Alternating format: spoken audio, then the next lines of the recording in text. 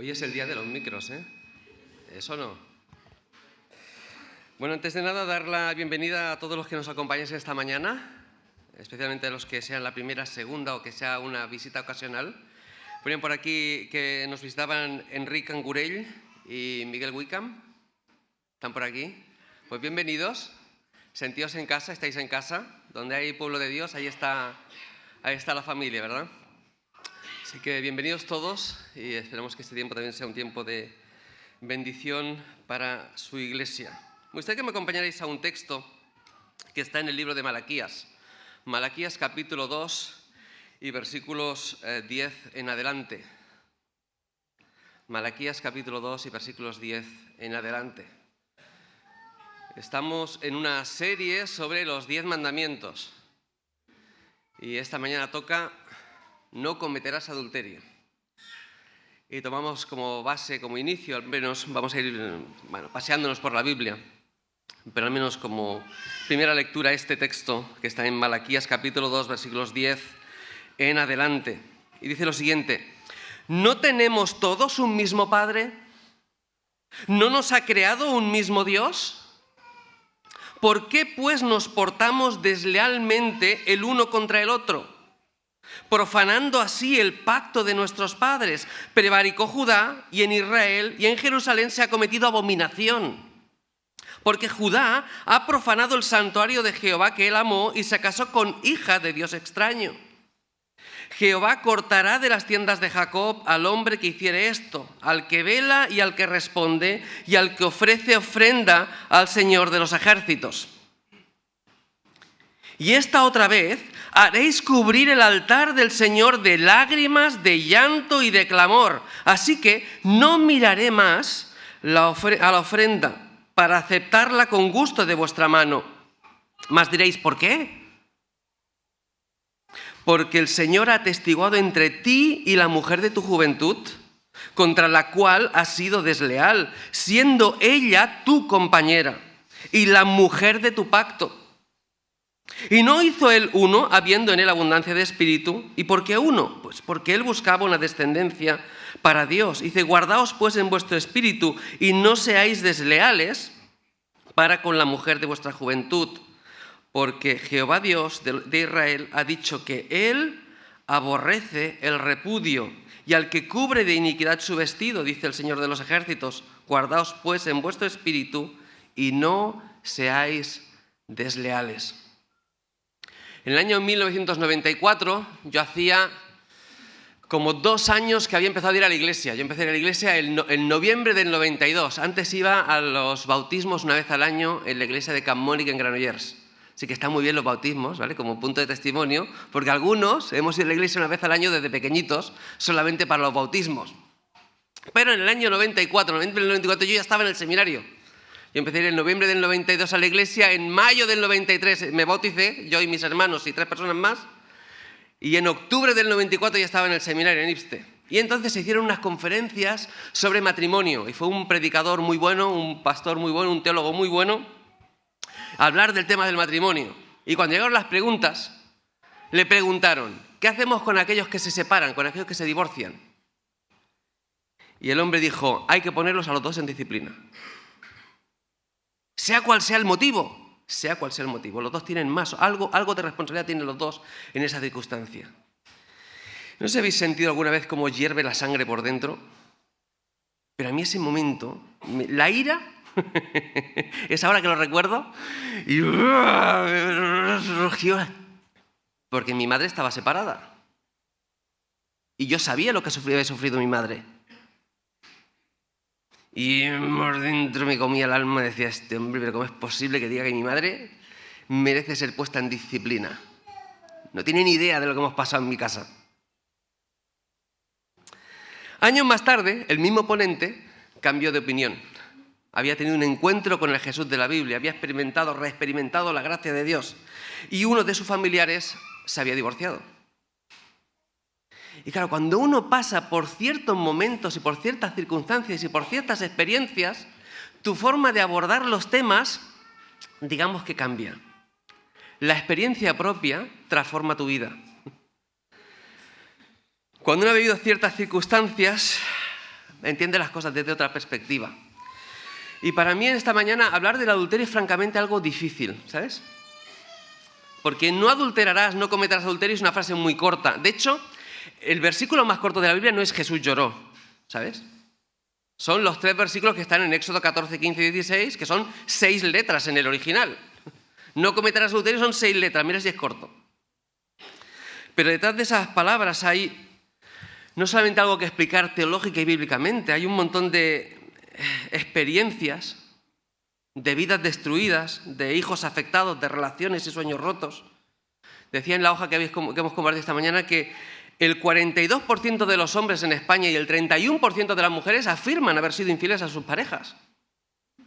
Que en España el matrimonio de media dura 16 años y medio. 16 años y medio. Y que el principal motivo de separaciones y divorcios en España es justamente el adulterio. Es justamente el adulterio. Y soy consciente de que muchos de los que estamos aquí hemos padecido, a veces en carne propia, a veces en la carne de nuestros padres, a veces en la carne de nuestros hijos o en nuestros hermanos o en gente a la que queremos el poder destructivo del pecado y del adulterio en especial. Sabemos lo que duele que te engañen. Cómo tiene esa capacidad de destruir la confianza de las personas, el corazón de las personas, de endurecer la experiencia vital. Además también soy consciente de que cada uno de nosotros está en un momento diferente en su vida. Hay algunos a los que este tema ni siquiera les va ni les viene. Hay otros a los que en este momento en su vida este tema les está afectando de manera directa. Cada uno tiene una manera de encajarlo de manera diferente. Para algunos, este mensaje puede salvar su matrimonio, incluso a veces sin saberlo. Para otros igual lo hace en el futuro. Para otros igual llega tarde. Y estamos en un momento en que no hay posibilidad de restauración porque el pasado ya queda atrás, ¿verdad? Así que cada uno de nosotros afronta un tema como este, que es serio, que es doloroso, de una manera diferente. Mi oración es que este tiempo sea un tiempo y este mensaje un mensaje de bendición, de edificación, de restauración, de ánimo, de bendición, de estímulo para cada uno de nosotros. Porque podemos decir sin sombra de dudas que Dios quiere lo mejor para sus hijos. Que Dios no quiere el adulterio, ni el engaño, ni la deslealtad, ni separaciones, ni divorcios. Que Dios quiere matrimonios y relaciones sanas para las familias y para las personas. Y en Malaquías, Dios aborda el problema. Los hombres están haciendo llorar a sus mujeres. El altar de Dios está lleno de lágrimas a causa de su deslealtad. Y qué tremendas estas expresiones, ¿no? La mujer de tu juventud, tu compañera, la mujer de tu pacto. Qué increíble esa expresión que se repite. No seáis desleales. No seáis desleales. Ahora he tomado este texto como punto de partida porque no podemos hablar del adulterio ni de lo terrible que es a los ojos de Dios sin afrontar, sin comprender, como decíamos en las hojas dominicales, la importancia que Dios le da al matrimonio, si no entendemos la importancia que Dios le da a las relaciones y a los pactos, si no entendemos cómo Dios mismo actúa en relación con el ser humano. Dios creó la humanidad para que sus relaciones mostraran cómo es Dios. Y el matrimonio debe expresar cómo es Dios. Lo mismo también en nuestras relaciones con los demás. La unidad, la intimidad, el amor que existe en el seno mismo de la Trinidad, eso es lo que Dios quiere que refleje en nuestros matrimonios. Es verdad que en el caso del matrimonio con una exclusividad que no se da en otro tipo de relaciones, pero eso es lo que encontramos en la palabra de Dios. Génesis capítulo 2. En Génesis capítulo 1 y capítulo 2 encontramos que Dios hace las cosas y las hace como dice que cada vez que acaba algo que dice, que era bueno y bueno en gran manera, ¿sí o no? Pero había una cosa que no era buena. Dios crea al hombre y dice, no es bueno que el hombre esté solo. Y esa palabra bueno es muy importante, muy interesante, porque significa que es algo que funciona conforme al diseño y el propósito para el cual Dios lo ha creado. Y dice, el hombre solo no cumple el propósito de Dios, no puede cumplirlo. No solamente porque evidentemente el hombre solo no puede tener hijos, sino porque no puede cumplir aquello que Dios quiere expresar a través de la humanidad. No es tov, no es bueno. Y entonces Dios hace desfilar delante de Adán, ¿verdad? ¿Os acordáis de aquel pasaje, capítulo 2? Que empieza a pasarle todos los animales y dice que no había ayuda idónea para él. ¿Os acordáis de ese pasaje? Qué tremendo el concepto ayuda idónea. Y qué mal entendido muchas veces. Porque a veces pensamos que ayuda idónea es el ayudante del importante. Qué tontería, si Dios es tu ayudador. ¿Qué pasa? ¿Que lo importante eres tú, si Dios es tu ayudador? ¿Quién es el importante ahí? Sin la mujer en la ecuación, el hombre no puede cumplir el propósito de Dios para la humanidad. ¿Lo entiendes bien? La mujer permite que el hombre y la mujer juntos, la humanidad, cumpla el propósito de Dios para él. Qué interesante el concepto ayuda idónea. Ezer kenegdó. Kenegdó, ¿sabes lo que significa? El que está frente a frente a ti. Frente a frente. El que te mira a los ojos. El que se adapta a ti. Pero no solo eso. También puede significar el que te confronta, el que te lima. Pero ahí tiene un sentido de intimidad, el que te mira a los ojos. ¿Y sabes por qué es interesante? Porque es maravilloso, porque es fantástico esa palabra. Porque el concepto se repite en Juan capítulo 1 y versículo 1. En el principio estaba el verbo, y el verbo estaba ¿con quién? Con Dios. Y el verbo era Dios. Y ese estar con Dios es estar prostonceón, estar cara a cara con Dios, estar en intimidad, el Hijo y el Padre mirándose a los ojos, en profunda e íntima comunión e intimidad por la eternidad. El uno frente al otro, compartiéndose el uno frente al otro.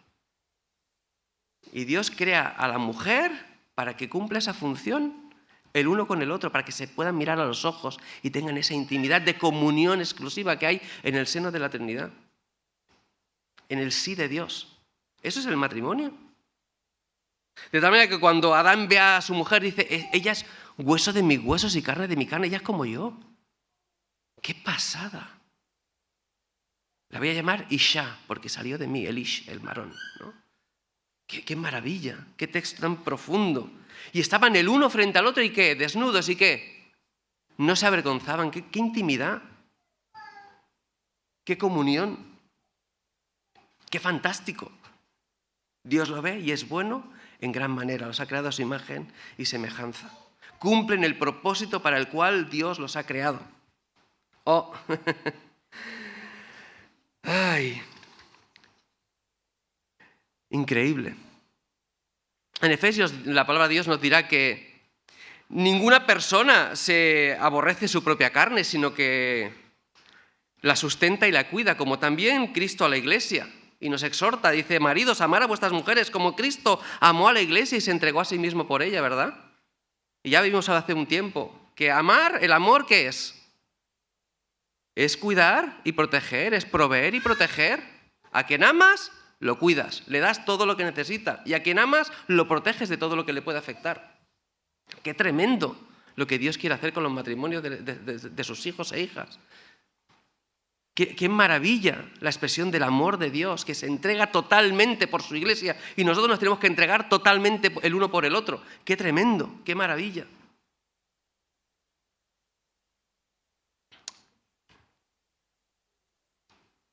Pero lo cierto es que en nuestro mundo, en esta sociedad hipersexualizada, las cosas no van bien. Ya desde el inicio de la palabra de Dios encontramos eso. En el capítulo 4 ya encontramos el primer bígamo en la Biblia. La caída es en el capítulo 3. En el capítulo 3 ya le dice, ¿qué le dice Adán a Dios? ¿Qué? ¿Dónde estáis? La mujer que tú me diste, Dios, de verdad, por favor, me podías haber dado otra. La culpa no es mía, la culpa es la mujer que tú me diste. Yo he comido, pero la culpa es de ella. Ya en el capítulo 3, capítulo 4, el primer bígamo. Y a partir de ahí, la hecatombe. La hecatombe. Nos encontramos con un Abraham con problemas ¿con quién? Con sus mujeres. Y un Jacob con problemas con sus mujeres. Y un Judá que se va de prostitutas. Y resulta que la prostituta es su nuera viuda de su hijo. Menudos ejemplos buenos tenemos ahí, ¿verdad? Problemas y más problemas. Y en medio de toda esa circunstancia, una de las cosas que vemos es que el adulterio se vuelve un ejemplo de Dios para hablarnos de algo aún más profundo, que es la base de todo eso, que es el adulterio espiritual, que nuestras relaciones en realidad están reflejando la realidad de nuestra relación con Dios. Que lo que hacemos en nuestra vida cotidiana es un reflejo del estado de nuestra relación con Dios. Y ese ejemplo que Dios utiliza tantas veces, el adulterio, como ejemplo del adulterio espiritual, por ejemplo, lo vemos en Oseas capítulo 3 y versículo 1, cuando a Oseas mismo le dice Dios: ve a amar a una mujer amada de su compañero, aunque adúltera, como el amor de Dios para con los hijos de Israel, los cuales miran a dioses ajenos y aman tortas de pasas. Dicen que son mi pueblo, pero en cuanto ven otra cosa, se van detrás de esos ídolos, ¿no? ¿Cuántas veces ponemos cosas delante de Dios? Y Dios manda ahí en el Sinaí: no cometerás adulterio. ¿Cómo debemos entenderlo? ¿Cómo lo entendía Israel? ¿Sabéis lo que son los fariseos sangrantes? ¿Habéis escuchado alguna vez hablar de los fariseos sangrantes? ¿A qué no? Es un colectivo muy fantástico dentro de los fariseos. En la antigüedad, los judíos no hicieron como los musulmanes, que pusieron a las mujeres burkas. Ellos entendieron perfectamente que la responsabilidad de su mirada codiciosa era propia, ¿vale? Así que las mujeres vestían, pero ellos, ¿qué hacían? No miraban, ¿vale? Entonces los fariseos más fariseos, los que decían: si miro a una mujer voy a codiciarla, para no codiciarla, ¿qué hago? Bajo la vista, pero la bajo para mirarme los pies. Y si no hay suficiente, me pongo una venda. ¿Y qué pasa cuando tú vas caminando por la calle mirándote los pies? ¿Qué haces? Te la pegas, ¿vale? Entonces se le llamaba amoratados también, y también sangrantes. ¿Por qué? Porque se las pegaban contra las paredes, se la pegaban contra los carros, se la pegaban contra todo. Y además, oye, presumían, ¿no? Porque decían: mira tú, por servir al Señor, ¿ves? Por servir al Señor, mira lo que hay aquí. Eso es algo de la expresión de los fariseos en la época de Jesús. Y te llega un Jesús y te dice: ¿sabes lo que te dice Jesús? Si vuestra justicia no fuese mayor que la de los fariseos, si no fuese mayor que los fariseos, no entraréis en el reino de los cielos. Pero, Señor, que se la están pegando contra la pared por no mirar a la mujer ajena. ¿Cómo lo hacemos? Y Jesús, un poquito después, dice: oísteis que fue dicho: no cometerás adulterio, pero yo os digo, cualquiera que mira a una mujer para codiciarla ya adulteró con ella en su corazón. Por tanto, si tu ojo derecho te es ocasión de caer, sácalo y échalo de ti, pues mejor te es que se pierda uno de tus miembros y no que tu cuerpo sea echado al infierno. Y si tu mano derecha te es ocasión de caer, córtala y échala de ti, pues mejor te es que se pierda uno de tus miembros y no que todo tu cuerpo sea echado al infierno. ¿Eso es radical o no es radical? En una sociedad como la nuestra, suena un poquito radical, ¿vale? Porque prácticamente hoy lo que se está diciendo es sexo vía libre. Qué tonto el que llega virgen al matrimonio. Tienen un 50% menos de posibilidad de divorciarse, ¿vale? Pero qué tonto los que no... Jesús dice: del corazón salen las malas cosas. Los adulterios salen del corazón. No son culpa de Satanás. No es que Satanás te haya puesto ahí una trampa. Es tu corazón. Está ahí. Y de ahí sale. Y de ahí sale. ¿Cómo actuamos frente a esa realidad? ¿Cómo nos protegemos de esa situación? A mí me gustaría compartir con vosotros algunas consideraciones. Por un lado, primero, la exigencia de Dios. No es solo que en Levítico ya veamos que a los adúlteros hay que apedrearlos, que es tremendo. Pero Dios una y otra vez nos habla acerca de la importancia. Fíjate lo que dice Proverbios capítulo 6 y versículo 32. El que comete adulterio es falto de entendimiento, es tonto. ¿Quieres ver un tonto? Mira a un adúltero. El que comete adulterio es falto de entendimiento, corrompe su alma el que tal hace. ¿Sabes cuál es el problema del pecado? Es que el pecado a veces lo ves tan pequeñito, que, oye, lo puedes meter en tu bolsillito, relativizarlo y total, ¿qué pasa por irme a tomar un café con la chica guapa del trabajo? ¿Qué pasa por compartir un tiempo con ella o con él?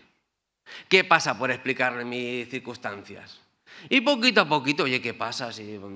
Y poquito a poquito, vamos, poquito a poquito, ya estás liado. Y dice la palabra de Dios, es falto de entendimiento porque el pecado corrompe el alma. Sin darte cuenta, estás tan lejos de Dios que es muy difícil volver, a no ser que te pegues un batacazo, como el hijo pródigo. Manifiestas, dice Gálatas capítulo 5, versículo 19, manifiestas son las obras de la carne, que son el adulterio, la fornicación, la inmundicia, la lascivia. Y fíjatelo cómo acaba ese pasaje en Gálatas capítulo 5, versículos 19 al 21. Dice, los que practican tales cosas no heredarán el reino de Dios, porque por sus frutos los conoceréis. Fíjate lo que dice también. Honroso, Hebreos capítulo 13, versículo 4. Honroso sea en todos el matrimonio y el lecho sin mancilla. Dice, pero a los fornicarios y a los adúlteros los juzgará Dios. Los juzgará Dios. Así es el que se llega a la mujer de su prójimo, dice también Proverbios. No quedará impune ninguno que la tocare. Una y otra vez Dios nos avisa. Cuidado con lo que hacemos en nuestra vida cotidiana, porque el pecado tiene la capacidad de destruir tu vida. Destruir la vida. Dicen que en España la media de una relación sexual son 5 minutos y medio. No sé si es verdad o no. Me da igual si es media hora, pero media hora puede destruir tu vida, por siempre. No solamente perder a tu mujer, o no solamente perder a tu marido, perder a tus hijos. Puedes perderlo todo por una tontería. La paga del pecado siempre es muerte. Así que, sé sabio, sé sabia. Fíjate lo que dice Proverbios capítulo 2 y versículos 16 en adelante, un texto fantástico sobre el que mi mujer me llamó la atención la semana pasada. Un texto maravilloso. Está hablando de la importancia de la sabiduría, ¿verdad? Y dice, si eres sabio, si haces oídos atentos a la sabiduría, dice, capítulo 2 y versículo 16, dice, serás librado de la mujer extraña, de la ajena que halaga con sus palabras. ¡Ay, qué bien! Es que me dice cosas tan bonitas. La cual abandona al compañero de su juventud. Mira, tú te vas con ella, pero es que ella también deja el suyo. Fíjate, qué cosas. Y se olvida del pacto de su Dios, por lo cual su casa, fíjate lo que dice, su casa está inclinada a la muerte y sus veredas hacia los muertos. Todos los que a ella se llegan no volverán, ni seguirán otra vez los senderos de la vida. A veces nos alejamos tanto de Dios que hasta pensamos que Dios es el injusto. Fíjate lo que dice Proverbios capítulo 5, versículo 15. Bebe el agua de tu misma cisterna, los raudales de tu propio pozo. Escucha, no está hablando de sequía, ¿vale? Está hablando de tener relaciones sexuales con tu mujer, ¿vale? De eso va el pasaje, ¿vale? Cuando dice, bebe el agua de tu misma cisterna y los raudales de tu propio pozo, se derramarán tus fuentes por las calles y tus corrientes de agua por las plazas. ¿Te vas a ir a la cama con cualquiera? Es lo que está diciendo, ¿eh? Sean para ti solo y no para los extraños contigo. Sea bendito tu manantial y alégrate con la mujer de tu juventud. Como cierva amada y graciosa gacela, sus caricias te satisfagan en todo tiempo y en su amor recréate siempre. Porque, hijo mío, ¿y por qué, hijo mío, andarás ciego con la mujer ajena y abrazarás el seno de la extraña? Porque los caminos del hombre están ante los ojos de Dios, y Él considera todas sus veredas. Prenderán al impío sus propias iniquidades, y retenido será con las cuerdas de su pecado. Él morirá por falta de corrección, y errará por lo inmenso de su locura. Sé sabio, sé sabia. No destruyas tu vida. ¿A qué sencillo? Pues oye, hay veces que uno está metido tanto en el pecado, da igual si es este que si es otro, que no lo ves. Necesitas que alguien te diga, tonto, que no te das cuenta, tonta, que no te das cuenta, que lo estás perdiendo todo, que lo vas a perder todo, que vas a tener que ver a tus hijos cada 15 días. ¿No te das cuenta? ¿Sabéis que hay un chiste? No sé si sabéis el chiste de la Barbie. ¿Sabéis el chiste de la Barbie? ¿No? Es un padre que va a comprar una Barbie para su hija. Dice, mira, tenemos aquí la Barbie Cenicienta, vale 29,99. Tenemos aquí la Barbie médico, que tiene 29,99. Tenemos aquí la Barbie veterinaria, 29,99. Y aquí tenemos la Barbie divorciada, 89,99. Dice, hombre, ¿por qué es tan cara? Dice, hombre, es que ella viene con el coche de Ken, la casa de Ken.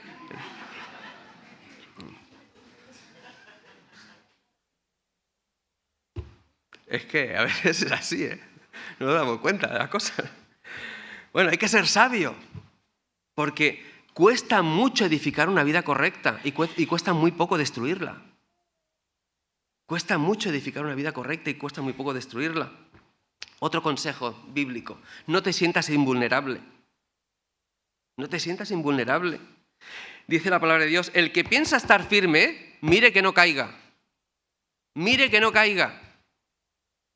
Porque no os ha sobrevenido ninguna tentación que no sea humana, pero fiel es Dios que no os dejará ser tentados más de lo que podéis resistir, sino que dará también juntamente con la tentación la salida para que podáis soportar. ¿A qué está bien ese principio? ¿A qué es fantástico ese principio? Pues nos encontramos con un David allí tranquilo, en la época en la que los reyes iban a la guerra, pero como él no tenía necesidad, porque tenía un ejército fantástico que ganaban todo a lo que iban, ganaban. Entonces él no tenía por qué estar allí. Pero estaba en su terracita. ¿Os acordáis de ese pasaje fantástico que a mí me encanta predicar sobre ese pasaje, sí o no? Y entonces en su terracita, él que se siente invulnerable, fantástico y rey, soberano sobre todo lo que ve sus ojos, ve a la vecina bañándose desde su casita de Pedralbes, allí en la parte alta de Jerusalén, ve el patio de la vecina y a la vecina bañándose. Y el que se cree invulnerable no solamente se acuesta con la vecina, sino que mata a su vecino, ¿eh? Y Dios le castiga matando a su hijo.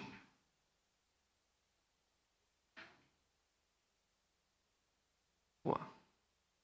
No, a mí esto no.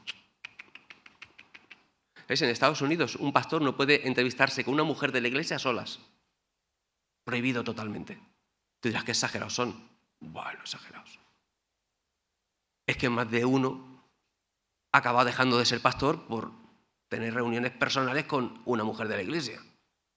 Ya, no puede ser. Sí. ¿Y cuántos ministerios han caído y vidas ejemplares han caído por culpa de estos pecados? Y así a bote pronto te podría decir, mira, Rabí Zacarías después de muerto, con todo lo que hizo por el Evangelio, después de muerto, ¿qué?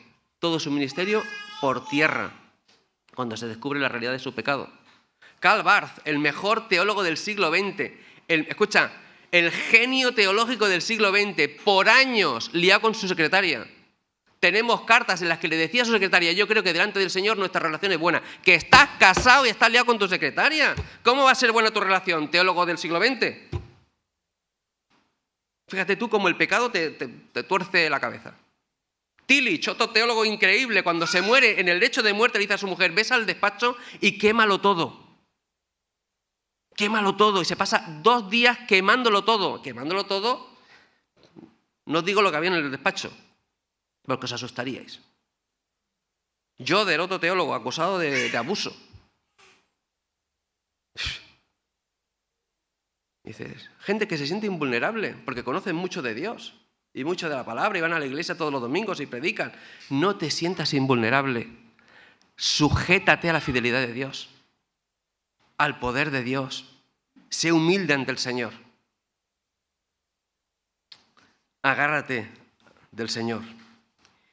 En el ámbito laboral, es preferible perder el trabajo a perder la integridad. Es preferible no quedarte a solas con quien puede ser una tentación para ti. Y ahí vemos un ejemplo bíblico fantástico, que es el de José, ¿verdad? Que está allí vendido como esclavo, lo ponen ahí en la casa de Potifar, todo va bien, Potifar trabajando por ahí, pero él en la casa de mayordomo, y la mujer, ¿qué hace? Le echa el ojo a José. Y le dice, venga, vámonos a la cama. Y uno puede decir, bueno, me voy a la cama con la jefa, vamos, fiesta total. O sea, ya sí que estoy aquí en la... Y él dice, no, ¿cómo voy a hacerle yo eso ¿Cómo yo voy a hacerle eso a mi jefe? Si lo único que me ha negado eres tú. Y prefiere largarse con el culo al aire, ¿sí o no? ¿Sí o no? Prefiere largarse e irse a la cárcel. 3 años en la cárcel por haber hecho lo correcto. Pero mejor eso que incumplir la voluntad de Dios. Y el Señor a la larga utiliza eso para levantar a José por encima de todo Egipto y salvar a su familia. Por su integridad. Por su integridad. Es preferible perder el trabajo a perder la integridad. Y, ya estamos acabando. Hay restauración, ¿sabes? En Dios hay restauración. Yo no sé tu situación, pero sí sé que Dios está con nosotros.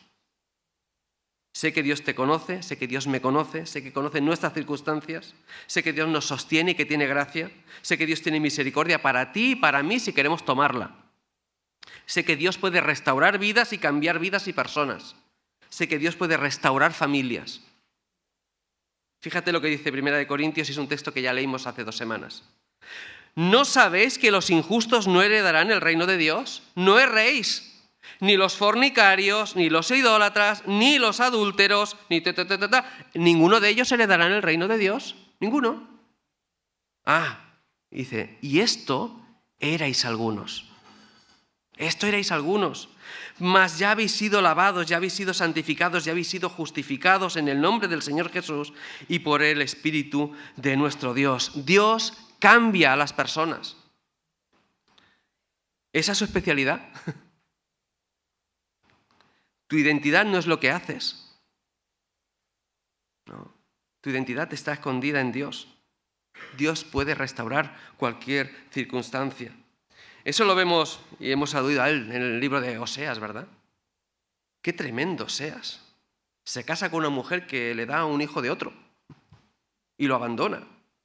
Y él vuelve a buscarla y la restaura y se restaura la relación. Qué tremendo la vida de Oseas. Algunos de nosotros no podríamos pasar por ese proceso. Hay un momento en que Jesús, van unos discípulos, unas personas allí a decirle, oye, ¿puede el hombre divorciarse de su mujer por cualquier causa?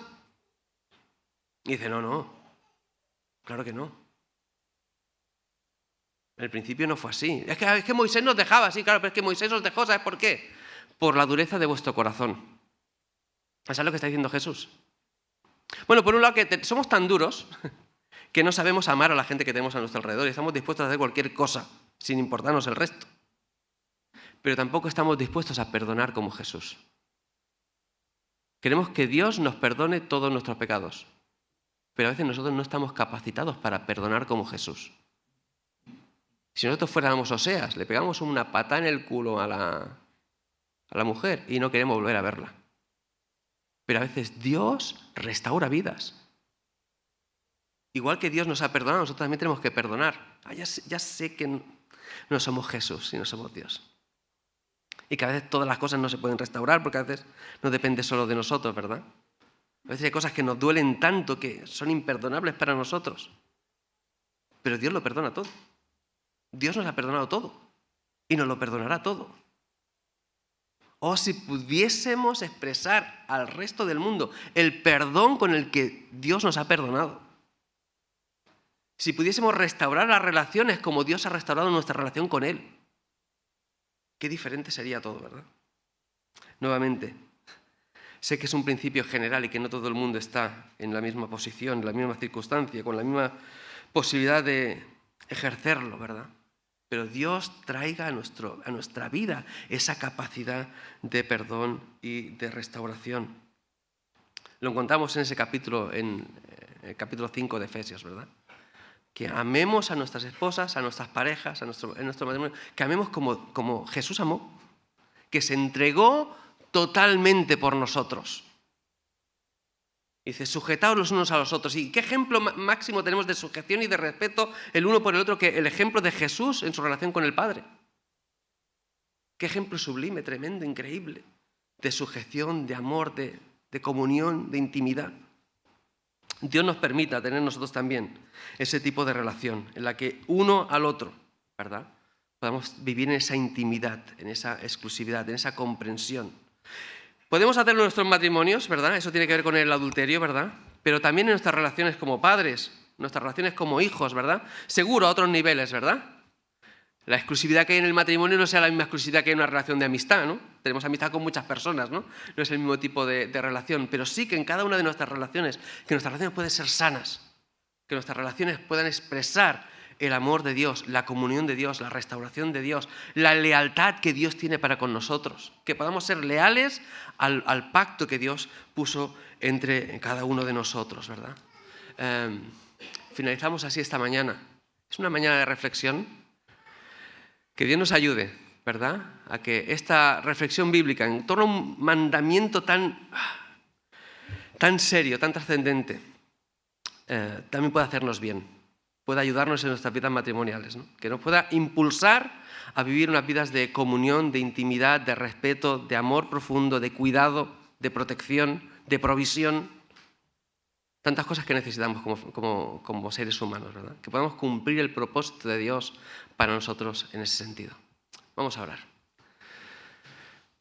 Padre, gracias porque en tu palabra encontramos tantos ejemplos que nos hablan aún hoy acerca de tu propósito para tu pueblo, para la humanidad.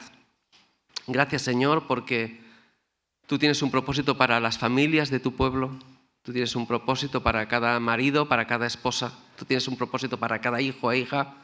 Tú tienes un propósito para cada uno de nosotros, tanto en el ámbito eclesial como en el ámbito laboral y en el ámbito de la cotidianidad, Señor. Ayúdanos a reflejar vidas de lealtad absoluta a tu palabra, de amor profundo a tu persona. Ayúdanos, Señor, a que ese respeto por tu palabra, ese amor por ti, también inunde nuestras relaciones, Dios, en nuestros matrimonios, en nuestras amistades, en nuestros trabajos, Señor, que podamos ser sal y luz en medio de un mundo que vive en oscuridad, Dios. Ayúdanos, Señor, para que nuestras familias sean ejemplo de restauración, ejemplo de perdón, ejemplo de comprensión. Señor, ayúdanos, Señor, para que podamos ser sal en el lugar en que tú nos has puesto, que podamos ser luz en el lugar en el que tú nos has puesto. Y gracias, Señor, por este día en el que podemos encontrarnos contigo, adorarte, bendecirte. Gracias, Señor, por esta tarde de testimonio con nuestros hermanos y hermanas en el bautismo, Dios. Pedimos que tú nos hables, que tú nos guíes, que personas puedan pasar de muerte a vida, Señor, que tú nos acerques a ti. En el nombre de Jesús. Amén. Amén. Que el Señor te bendiga.